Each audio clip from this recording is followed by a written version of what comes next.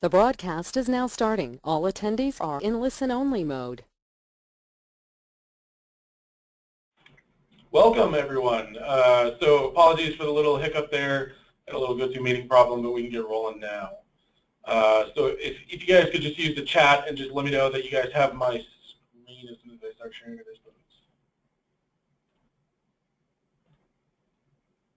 Okay, and hopefully you have my screen by now, so just let me know in the chat and we'll go forward.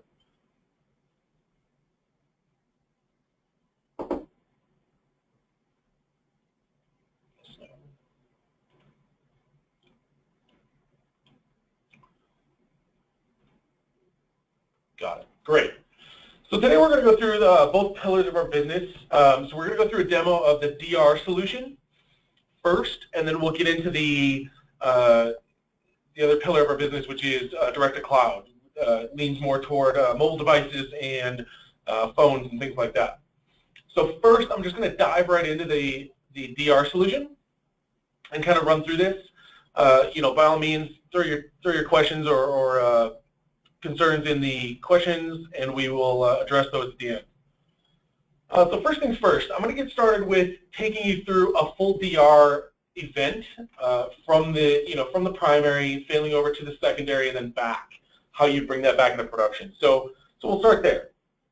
So in this case, I have on this environment, I have a physical machine, some virtual machines on VMware as well as HyperV. So I'll dive into the differences between VMware and HyperV shortly. But for now, I'm just going to talk about how we ingest some data and then bring it into the system and do that failover. So I'll start with VMware just because it's easy. So VMware connects directly to the API set for the storage APIs on VMware, whether we're connected to vCenter or the hosts themselves. We ingest that data just as a flat VMDK. So we're doing a snapshot, pulling the flat VMDK, deduping that in line as it streams to the appliance, and then landing that on the appliance. Once that data is landed, we replicate that off to the secondary. So in this case, I have a machine running in our cloud. Looks like the only thing different is that it's filled the archive disk, and so ignore that. That's just needs to be swapped out.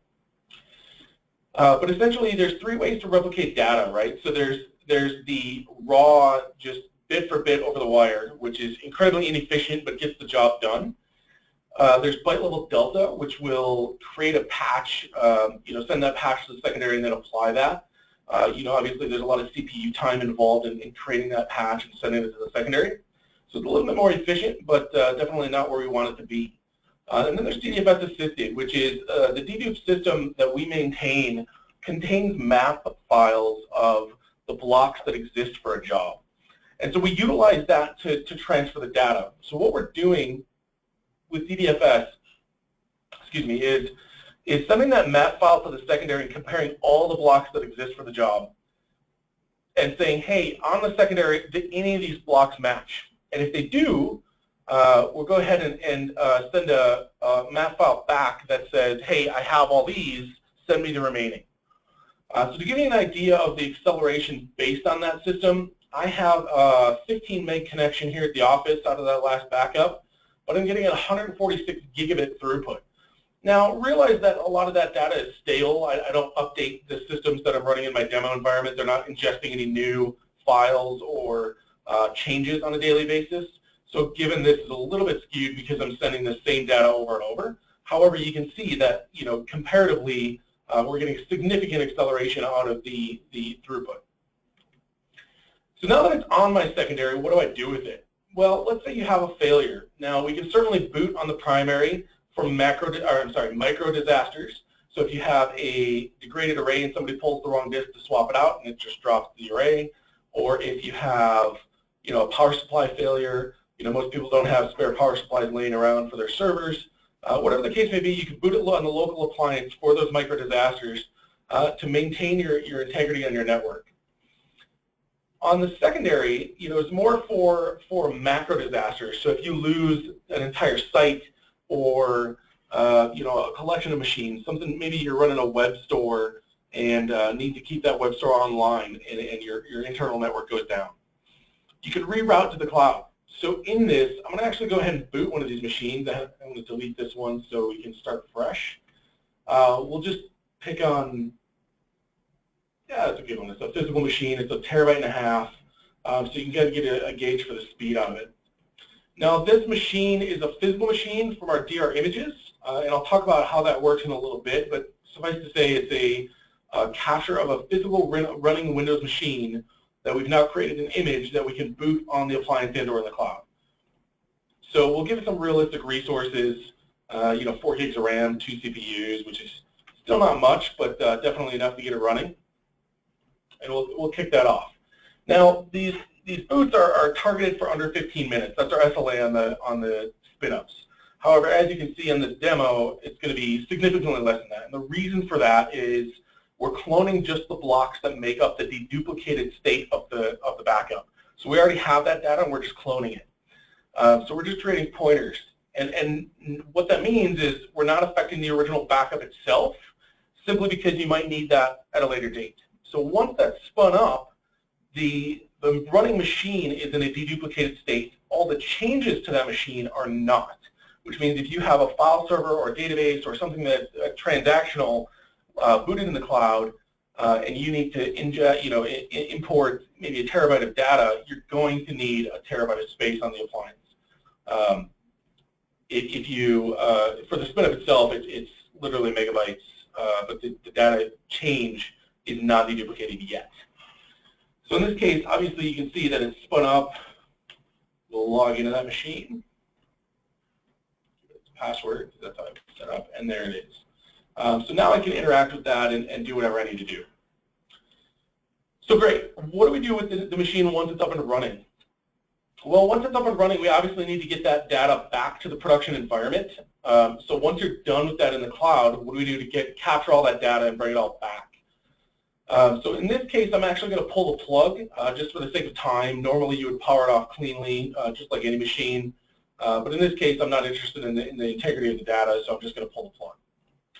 Now, once that's stopped, we would actually create a backup job, which is going to capture the image itself, the cloned image, as well as any changes that have been written to that disk. Now, it's pretty quick because it's local to the machine, so they're done already. So now we have that 2008 R2 system written to disk on the cloud side, and we're going to push it back to the primary. Now, the replication is using that DDFS technology both ways. So even though it says 5 months would be the average rate at 90 meg and 1.5 terabytes or whatever the case may be for this data set, once this map file finishes transferring and compares it to the map on the other side, it's just going to throw that data down and say, hey, everything is already there. In this case, that's true because it's a static image. So we'll see that pop over in a minute here, but in the case, and again, it's for the sake of time, I'm just going to move forward. Now, in this case, I've spun up a physical machine. So I would normally take that physical machine and boot the recovery image. So we're going to use the bare metal recovery to bring that data back to that physical machine. We're just going to point it at the appliance, say this is the client, this is the job, please stream that back, and it'll replace the disk data accordingly. And then you can boot from the actual OS rather than the disk. In the case of a VM job, so a VMware, for example, it's very, very similar. And this wizard will probably take longer than the actual restore, but I'll pop that very quick. We can obviously restore to over the top of an existing virtual machine, or we can create a new. We can connect it to any host we're connected to, or push it back to any host we're connected to, any data store, any new resource pool. We can even choose the data store by disk. So if you had an OS on an SSD and the storage on an array, we can certainly restore that back the same way so you're not clamoring for storage trying to figure out how to get that back.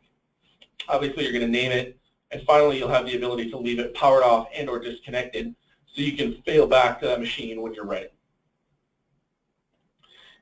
Now, that kind of covers the full, this is how I would push it, this is how I would pull it back. So now I'm going to talk about, restore capabilities, because that's what it's all about. Once we have the data, that's great, but what are we going to do with it to restore?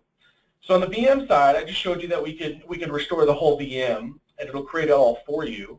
On the other side of that, what if you have a backup of a VM and it's pulled in as a big blob of disk? But what if we just want a file out of that? I don't want to spin it up to pull the file. So we can certainly browse and restore that job and push that file back. So what that's doing is just going to mount the VMDK for that image on the appliance and then give us the ability to drill into that partition structure. So here in a second when it pops up, we'll get rolling on that.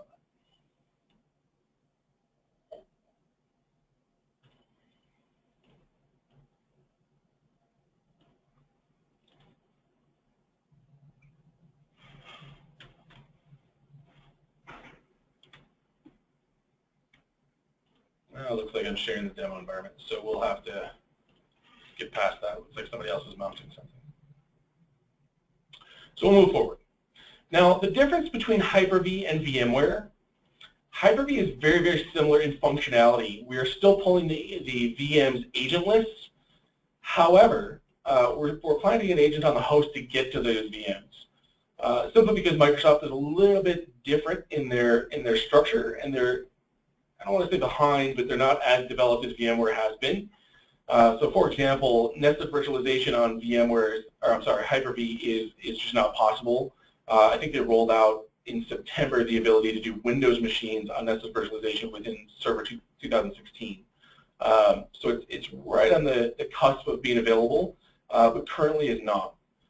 So as such, we plant an agent on the host, and generally speaking, you're going to want to see the host captured anyway. It's not recommended by Microsoft by any means, but it's generally going to be a print server or a file server or domain controller as well as a Hyper-V host.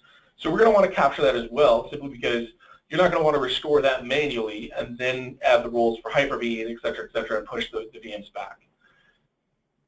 Long-winded way of saying that we plant an agent on a Hyper-V host. All the functionality from VMware, the ability to spin it up on the appliance, the ability to break that open and browse and restore that job. So here, contain files, we can restore the full path or selected files only, and then that's going to mount that image as well and bring that up for drilling into that partition structure.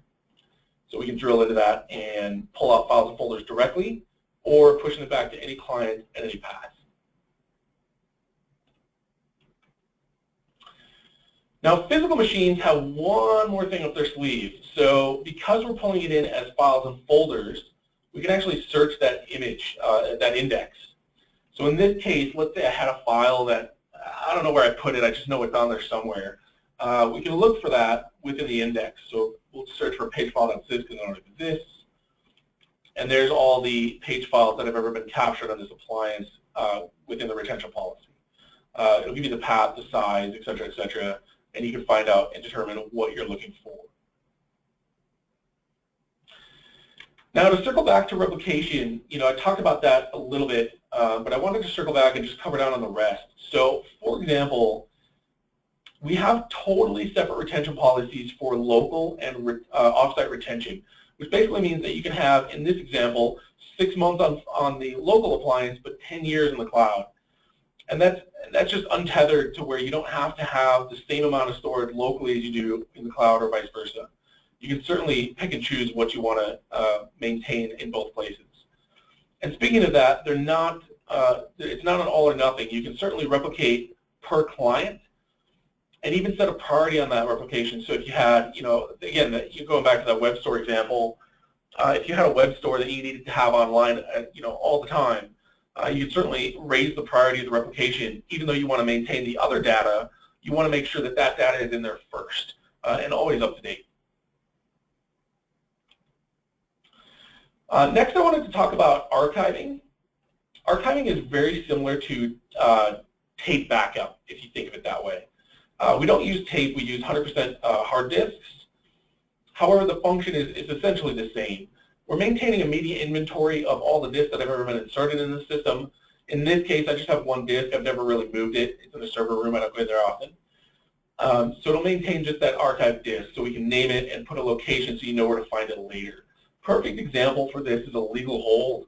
If you have a legal hold on data, you don't want it to purge on the retention policy. So you can certainly stream it off to the archive disk and maintain it indefinitely. Now, if that disk is inserted, we can certainly see the data that's been archived off. But in addition to that, we can certainly browse into the system if that disk is inserted, which in this case it's not, and browse that file structure again, pushing it back to any client at any path. Or in the case of a VM job or bare metal, you need the full restore capabilities of the appliance, and you can import that job back to the appliance. Obviously, this disk is encryptable because you're potentially taking it off-site, so it's AES 256 encryption, and then you can move that disk wherever you'd like. Now, this system is deployable virtually or physically. The main differences are things that I've already talked about: the ability to boot within the appliance and the archive functionality.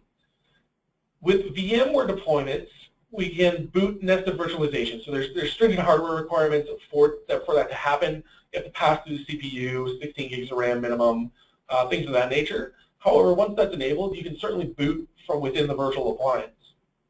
On HyperV, like I mentioned earlier, they're not quite there with that. So it's not possible on a HyperV deployment.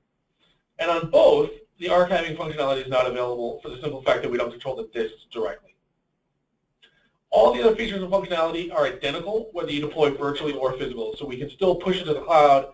Even if you have it on a HyperV machine, you can still push that data to the cloud and boot there rather than locally. Now, as far as clients are concerned, we have the standard Windows, Linux, Mac, but we do cover the more esoteric operating systems such as AX, Novell, and Solaris on Spark. The most notable here is going to be that Windows image that has the DR image software within it to create a bootable image and bare metal image from the running system. Now, this is schedule-based, so the only limitation there is really that you allow the job enough time to run before the next job kicks off. So you can have an unlimited number of schedules as well as an unlimited number of runs within the schedule. So if you really wanted to get granular about it, even though it is schedule-based, you can literally get it down to the minute if you really wanted to. More than likely, it's closer to the hour, but nonetheless, the system is capable of doing whatever you'd like to see. Now, we do cover, I wanted to touch on this real quick before I forget. We do cover the standard, bare metal jobs. We have live VMR, which is becoming deprecated. However, it still serves a purpose. Reason being, you can still get that bare metal image, even though it's not bootable like the DR image is. You can use that, but yet exclude things like MP3s. So you can still get an image of the system that's restorable as a full image, but be selective about the data you're actually pulling in.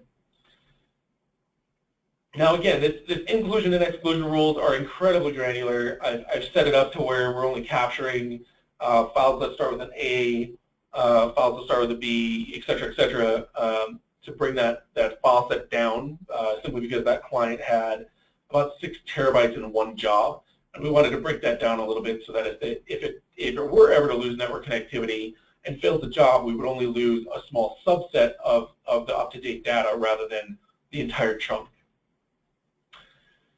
Now, we also have the ability to do Exchange mailbox level recovery, Exchange database level recovery, as well as SQL Server level recovery. So, for example, if you're on a VMware machine and the timeout for VMware is too short for the system to quiesce the database, we can certainly plant an agent on that machine and grab the database independently for SQL restore. So it would be a plug-in capture and restore rather than the entire VM.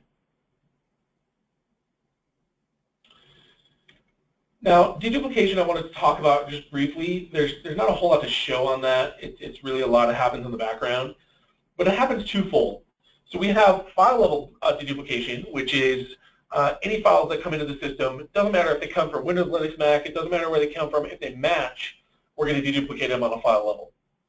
In addition to that, once that's done, we're going to ship it into the block dedupe file system and stream that in there. And it's going to compare the blocks for those files and deduplicate it on a block level as well.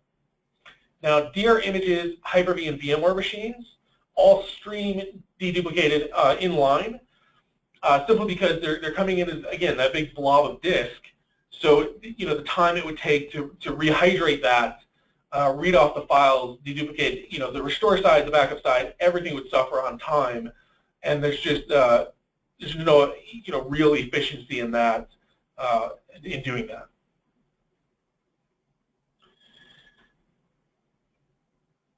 Just checking my notes. So a few final things in the appliance. We do have the ability to do SNMP alerts as well as system alerts via email. So in this case, I'm just getting a weekly job summary. But you could get anything down to every job that was successful, any job that failed, et cetera, et cetera. So really, the idea is that we're coming to you with any issues rather than you coming to it. If the disk, your cooling system goes out and the disk gets too hot, we can certainly alert you on that. Any of those things on the hardware side as well as on the software side. All the table views that are listed out are exportable to CSV. So if you wanted to report on that, you can certainly pull a list and manipulate it within your favorite spreadsheet editor, rather than calling somebody over and saying, hey, come look at this. This is when it was backed up. Things of that nature. And finally, we have the ability to do before and after scripting. So if you had a Oracle database that you needed to dump out via RMAN, or a Linux machine with an LVM snapshot, or I had a perfect example is I had a client that had a non-VSS compliant service that on a previous solution was stopping the service, waiting 20 minutes, starting the backup, waiting 3 hours, starting the service again, and the downtime was that window, that 3.5 hours. So what we did for her is to create the backup script to shut down that service, get a clean capture, and then start the service back. So her window of operation shrunk, or lack of operation shrunk from that 3.5 hours to whatever the time it took to do the backup, so potentially an hour. So significant abilities to do anything really, to zip up a file, create a back file and dump it, and then delete the back file, or whatever you can think of. As long as you can script it, we can kick it off. So with that, we're right about half of the way through. I'm going to kick it over to Aaron for the direct-to-cloud piece. If there's any questions on the DR side, if you could go ahead and throw those in the chat, I can start answering those, and/or we'll announce them and answer those publicly at the end. Aaron, are you on? I am standing by. Go ahead and pass over the presenter, please. Fantastic, on its way.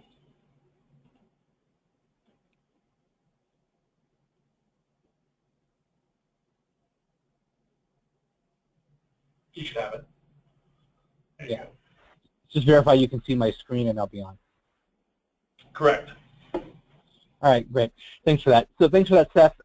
So now I'm going to kind of talk about a different side of the Infrascale house. So what this is going to be is, this is mainly going to be our direct-to-cloud solution. This is essentially an agent-based solution that you would install on your mobile devices, like a laptop, an Android device, an iOS device, be they phones or tablets. But we also do support server environments with this as well, so it's kind of a one-stop shop kind of application here. It also works on Windows and Mac on top of just Android and iOS. So the idea is, if you have those mobile users that you want to capture the data for, but they're always all over the country and moving around, this will cover that for you. Now, this also does cover, again, server environments. Let's say that you see the price tag of the appliance and say, that's not quite exactly what I'm looking for. I don't have the budget for that, even though those features are nice. What do you have that's less expensive but can still provide me an affordable and solid backup solution? This is going to be able to work with that too. So there are a lot of use cases for the solution, whether you're filling in some cracks or making it your main backup solution. That's what this is going to be for. Now, once we install the software on these agents, note that it's going to be also user-based. So you're going to create usernames, and that username is going to be logged into the software, and then you can ship the data off to that cloud. Now, just to look at this dashboard here, this is our master dashboard. So just to kind of throw a little bit aside to where Seth was at, if I hover over the Manage and I go to Appliances, if I clicked on that, you would see a list of all the appliances that I actually have deployed. So that one machine that Seth was in earlier, you could actively remote into that and get a connection to that environment and do all the stuff that Seth mentioned, even on your mobile devices. So you can use this one portal for all of the Infrascale products together. So with that being said, I want to kind of delve into this. So one of the major selling points of our direct-to-cloud product is it's 100% rebrandable. So if I go to the rebranding settings here, you can see that I can change a few features of the software so that when I do deploy this to my end users, they see your name all over it, not ours. So you can rename the product, you can set the desktop icon, you can set the logo that appears in the upper left, you can set the banner that appears across the top of the software, you can even set the email address that receives the alert. So for example, if you are sending out the alerts on a daily backup to a client, you can have that come from your domain, and it looks like Infrascale is not involved. You can also rebrand this dashboard as well. So if you wanted to, you can change the logo that appears across the top. So if we had this Infrascale logo and we wanted to change it to this trust box one here, I just check that box and apply it, and it would set that color and that logo in the background, and then essentially I would have my own branded dashboard. Now what's really interesting about this is while you may notice the dashboard.infrascale.com up here at the top, you can alternatively navigate to the dashboard.managed-offsite-backup.net URL, and that is a generically unbranded URL that you can hand to your end users. And whether it is an end user dealing with one of their backup recoveries or checking on their backups, or a company that you sold this to and they want to do some management by adding a policy or changing that, they can do that. And so as soon as they log in from this generic brand, they can see your branding across the top. So it's another way to be able to put your face all over this.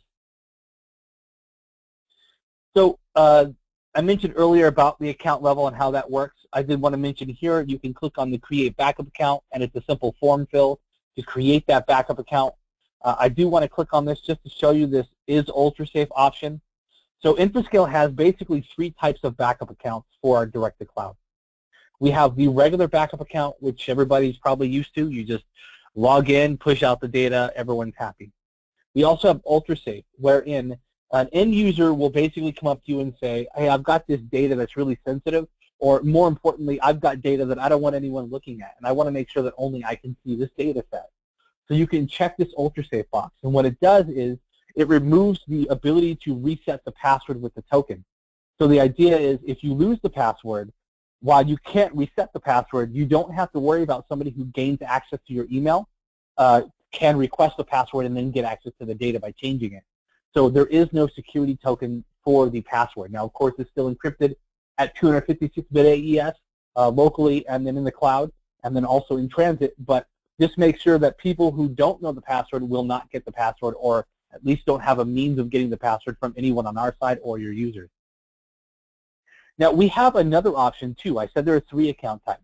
We have UltraSafe Max, which is another level of security. What this is on top of UltraSafe, the end user can set an additional password to even log into the software. And what that does is it not only adds another level of security to even get access to the backup software, but it actually takes that part of the password and it adds it to the encryption key. So even if somebody like the NSA comes knocking on Infrascale's door and says, I need the data from this user account, and we see that it's UltraSafe, we can say, look, first off, with UltraSafe, we couldn't even give you access because we don't keep those encryption keys in a visible location. Nobody can get access to those. But on top of that, UltraSafe Max, we don't even have the whole encryption key. The end user has the other half, so you need to let them know that you need them. So at that point, they have no choice but to go and actually talk to the people that have access to the machine or the account. All right, so with that being said, I should again mention that, again, 256-bit AES encrypted locally before it even sends it off-site. Then it sends it in transit via an SSL, and then at site, on cloud, I should say, it lands and rests at 256-bit AES. I do want to take the time to mention that all of our data centers are certified for everything from Sarbanes-Oxley, SAS 70, SSA E16, all the way up to even CGIS compliant data centers.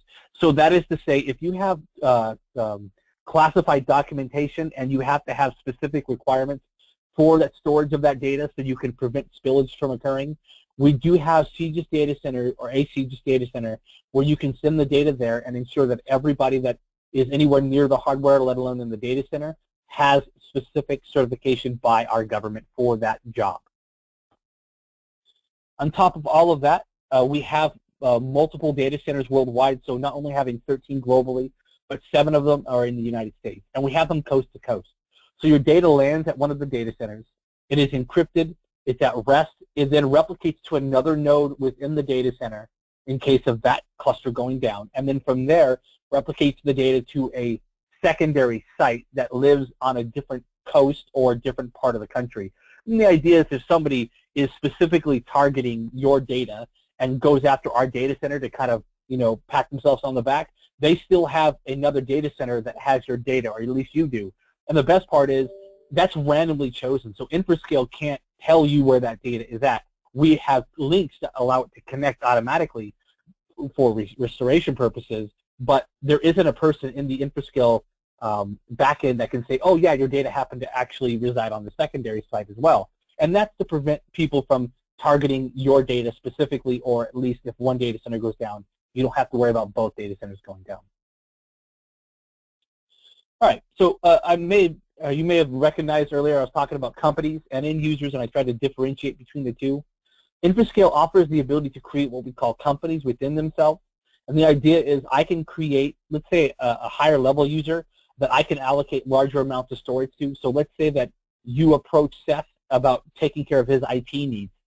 And Seth decides that, oh, I'm going to go ahead and buy a terabyte from you, and I need you to manage this for me. And then on top of that terabyte, I need to be able to break this down amongst 10 different users. So now you can allocate, 102.4 gigs per user if you wanted to, get that granular. But the idea is you can break down those allocations however you need. And best of all, these companies are segregated from the other companies. So back to that dashboard.manazolsitebackup.net that I mentioned earlier, if you hand the credentials to a company account to your end user, they can jump in and they can see a lot of the stuff here, like creating their own policies and creating their own accounts and monitoring their own backups. They can see a lot of that stuff. So you can be as white-gloved as you want, or you can actually give them some modicum of control. So you have that different tier of support if you need that. So now, once we've created a backup account, we want to begin to manage this. We want to ensure that this data is going to be quickly set up so that you know where it's going and what you're going to pick up. And to that end, you can actually go to this remote backup policies here, and you can create a policy that you can then apply to any individual machine or username and then enforce that backup set.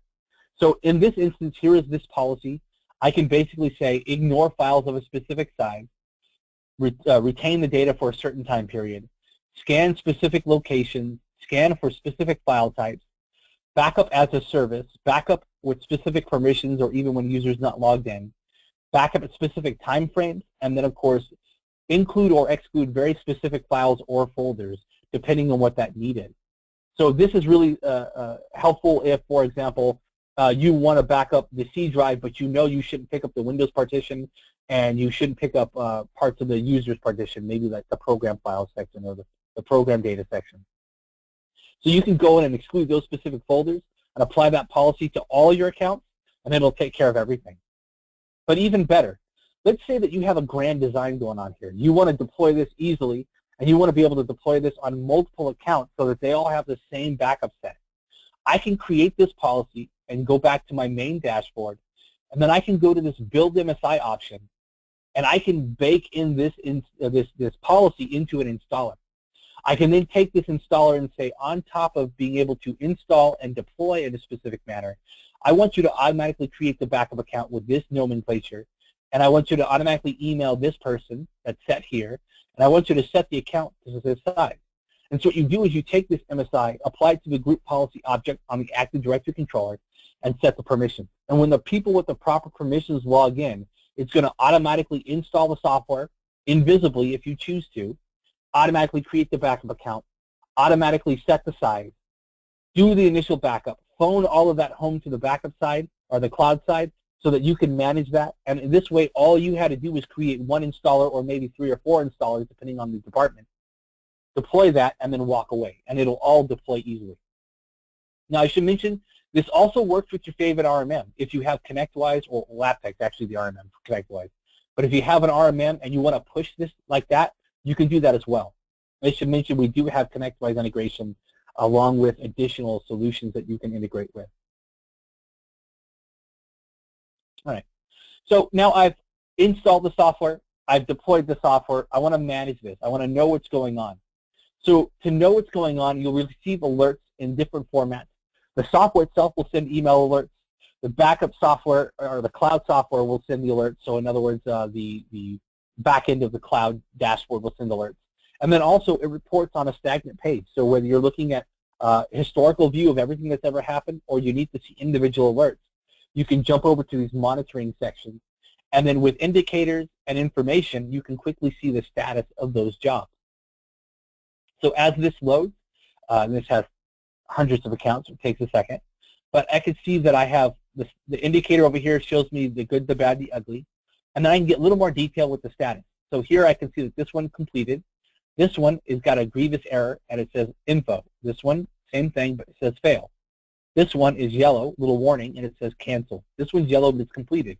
So we want to find out more information than just a quick status, right? I got to know how to fix this. So if I go to this yellow one that says completed, I want to know why it's warning me if it's completed. I'm going to go over to this little icon, this magnifying glass, and if I click on that, it's going to say, all right, so the job ran and it completed with errors. And if I click on this error thing here, it's going to tell me that the storage location errored out. So it looks like somebody had recursively selected the data store that they were backing up to back up. So Paragon basically said, or our backup imager said, all right, the problem here is we're told to select this for backup, but you selected the destination for backup, which would cause a recursive error.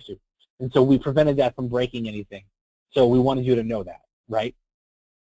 And then likewise, completed, if I click on this, a normal one will say, all right, I ran for a second.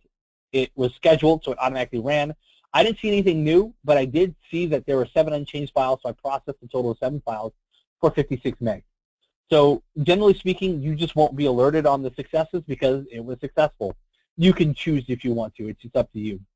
But if you want, you can also get error alerts on specific statuses. So if I click on monitoring settings, I can specifically say, all right, send me alerts on, for example, when the accounts are almost over quota, when the accounts are over quota, when my backup failed, when my backups haven't run in 3 days, when my backups haven't run in 7 days, when it fails to complete, when a user cancels. All this stuff you can receive individual errors on, and then you can tell it where to go for those errors.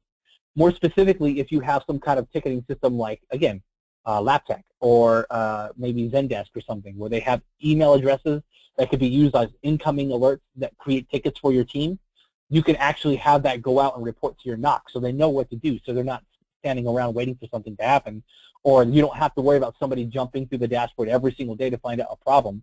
You get alerted on the stuff that you're actually looking for without having to go anywhere. It just comes to you. All right, the other thing to note is this subscribe to daily account emails. This is more for your accounting side or your PSA where you need to keep track of who's using what. This will give you a breakdown of the companies, the total storage allocated and used, and then those users within that company, total storage allocated and total storage used. This bottom part here is something special to Infrascale. It's basically our anomaly detection. The idea is, while nobody has a surefire way to stop ransomware from spreading, we do have a way to help you at least know that it's there. So what does that mean? What do we do? So what happens is Infrascale allows you to monitor the change rate of your backup jobs. So what I can essentially do is see that my jobs are going to change maybe 2 or 3% per day every time I run it, right? Or maybe I'm going to run it every hour, probably the best case scenario. And then you're going to run this every hour, and then what happens is if it notices like a 3% change, it's going to send you an alert, and it's going to say, hey, these files have changed. And the reason it's going to alert you is because what ransomware does is when it encrypts files, it'll actually change the extension, making new files, or it'll encrypt the file itself, keeping it the same, and then that causes our CRC switch to flip, and we know we need to back it up. So long story short, we can see when new files are created or changed and keep track of the percentage rates of growth. And if the growth is unusual, unexpected, then we know, hey, you should go look at this. And when you look at this and you try to open that file, if you see that the ransomware warning pops up, then you know at that point, okay, it's time to isolate this machine, and then I need to start doing a recovery. So before it actually has a chance to spread elsewhere, we want to try to warn you of that. Now, I talked about recovery. I did want to mention here that Infrascale offers unlimited versioning. That is to say, if I back up an Excel file today at 1 megabyte, and then 10 years from now, I've got 3,600 versions, of that file and it's 10 megs in size, I only have to pay for the largest version of that file. So if the largest version is 10 megs, then I've got those 3,600 and change versions I can roll back to free on the house from any point in time. So if you do get hit with ransomware, just roll back to a point in time before you got hit. So we're going to be able to help you with that, regardless of whether you caught it quickly or it took you a little bit longer to catch. All right. So we're going to head to the home stretch here. I just want to show you some of the cooler features of our software and management. So now that you know what's going on, now you need to take action. So I'm going to go ahead and isolate a specific account. Now that I've isolated that account, I get some information on the account. I can see that I've got 47 different devices using this one account. I'm going to click on Manage, and then this is where I can alter or change policies, change account size, suspend the account if there's non-payment, cancel the account for purging of the data, clean up the account, and this is one of my favorite options. Let's say that you know that somebody's using an unusual amount of data because that report that I showed you earlier tells you that this individual person is using twice as much as their storage allocation, and we found out that she's backing up her MP3s or his video files, right? So I can say, all right, let's get Aaron's machine, Jordan DT, his desktop, and I'm going to say look for his music files, and I'm going to say delete. Now this isn't going to delete it locally. What this is going to do is going to delete it on the cloud, and even better is you don't have to spend your time looking for those files. It's going to drill through their entire backup set for you and get rid of those files that you say don't belong. Then you can apply a policy that says ignore MP3 files. And the idea is you don't sit here and waste your time hunting and pecking for data when you have better things to do. Just say, go delete those files. And then go create a policy that says, now you never back up MP3s again. And now you basically have saved yourself from that occurring again, even if they change the destination of the folder location. All right, you can also log in his backup account to see them, limit the user's rights. This is important. Let's say that we found out that Seth is being terminated on Friday, and we need to make sure that, because Seth is a little vindictive, we want to make sure that he doesn't accidentally air quotes there, delete the data from the cloud. So you can limit the user's rights, restricting them from being able to access the data in the cloud so they can't delete it. And this is how you can prevent, those angry users from purging their data sets when they shouldn't be. Of course, there's the ability to set the password. I do need to mention, because UltraSafe and UltraSafe Max do not store the token, this does not work for those accounts. You cannot set the password for UltraSafe or UltraSafe Max accounts. And of course, you can make company administrator. The idea behind that is if you create a company and all of a sudden the administrator leaves and they have a new administrator, you can make that guy's user an administrator account. Now that's just the basic stuff. If I click on the username, I have a whole host of individual stuff that I can do to the account. So if I go to device management, I can see individual machines that are being backed up. And once this little green light appears next to a machine, it shows that the service is running. And when that service is running, I can send real-time commands to that machine. So what I would do is I basically go over to manage, and once I click on manage, it's going to enable me to do things like deactivate the device, install the bare metal remotely, run a backup on the fly, like the mass actions incurred, cancel all the jobs, upgrade the software, wipe the device's data locally, but preserve it in the cloud. So this allows you to do not only individual machine tasks, but I can click on this, grab all these machines, and perform those actions across the board. And even better, if you have a task like upgrading the software, which is pretty arduous if you have hundreds of accounts, if you go back to the main home, and I scroll down here to the bottom where it says protected devices, this shows me every single user account and machine regardless of who it belongs to. Notice these little green dots here.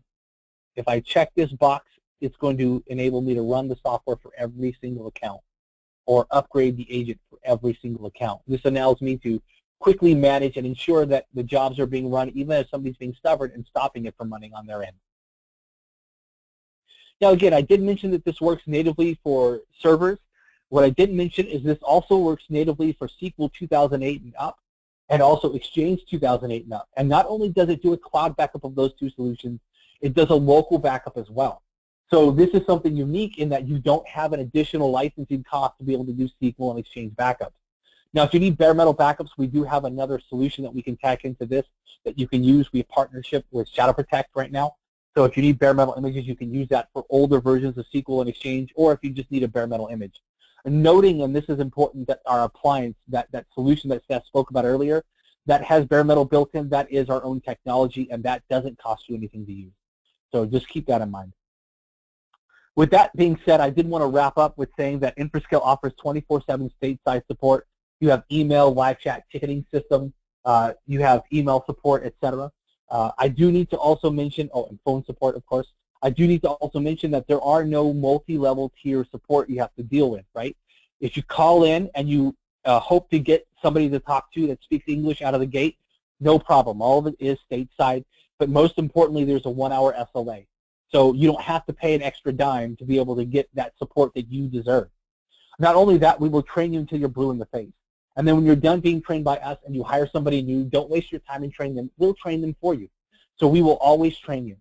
And of course, with the appliances, all the hardware maintenance and warranty and the software updates are included as part of the service. There is no penalty for pulling the trigger today if we have a great feature coming out next month, right? You should be able to take advantage of those new things that come out as they come up because you're already a partner with us, right? So we make sure that all the new goodies that come out as they come out are yours absolutely free as part of the service. With that being said, I think I covered the gamut. If you do have any questions, I do invite you to put those into the question section now, or we can answer those. We've got a few minutes left, and then from there, use that, I'm sorry. And then from there, we can go ahead and ensure that if those questions are answered today, we can always get you on the call with a sales engineer like myself or Seth, and we can do, what your environment looks like. And in fact, I encourage that. As you start to, take interest in this product, one way or another, where it's appliance with direct to cloud, we want to have you call us and say, all right, here's the scenario for this site. How would I go about deploying this? And we want to help you with that. All right, with that being said, I'm going to hand this off to Seth, and if you have any questions, go ahead and put them in the question and answer section now. Great, thanks, Aaron. So we'll just give it a couple minutes for questions to trickle in. If nothing else really comes in, we'll end it a little bit early. So I'll give it a couple minutes. So go ahead and throw your questions into the questions section and/or chat, and we'll address those appropriately. Cue Jeopardy music.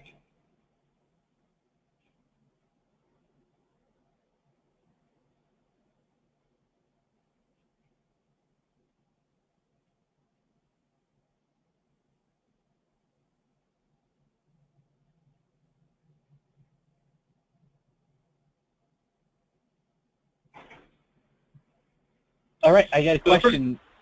Yep, go ahead. Go ahead, Seth. Oh, okay. All right. What size does the appliance start at? So the appliances start from everything from a 1 terabyte protected environment, and they can scale all the way up to 168 terabytes, I believe. And then, of course, those can be added onto and split and things of that nature, so we can ensure that regardless of the size that you have, we can accommodate for that. All right. So the other next question, I'll take that one. So on the DR side, how do users connect to the cloud boot in the event we cannot get backup? So there's a couple different things we can do, and we pre-configure this all before you have the disaster, because obviously you don't want to be trying to figure it out during.